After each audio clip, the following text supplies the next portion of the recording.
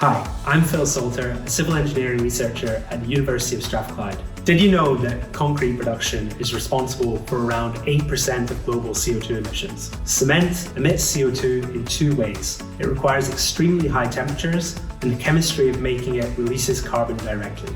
Based on my PhD research, I'm founding a company called Ureaka to tackle this problem with a carbon-negative cement replacement, a drop-in alternative that works within existing supply chains. Instead of simply reducing emissions, we're developing materials that permanently store captured CO2 inside the binder. We combine captured CO2 from industrial sources with minerals recovered from waste to produce a practical and cost-competitive cement replacement that can be mixed and used just like conventional materials. The process operates at far lower temperatures than traditional cement production, avoiding the most energy-intensive steps entirely. The result? Construction materials that don't just emit less carbon, but actively remove it.